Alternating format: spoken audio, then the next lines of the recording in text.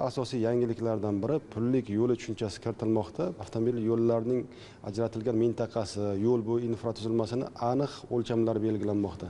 Bundan tashqari yo'l egalarining, yo'l foydalanuvchilarining huquq va majburiyatlari aniq belgilanmoqda. Davlat idoralarining majburiyatlari, vakolatlari aniqlashtirilmoqda. Bundan tashqari shu pulli yo'lni tashkil qilish, qaror qabul qilish, ularning rejalashtirish, ulardan pulli va bepul o'tish mexanizmlari, holatlari aniq shu qonun bilan ifoda qilinmoqda. Xo'sh, kimlar pulli yo'llardan bepul foydalanishlari mumkin?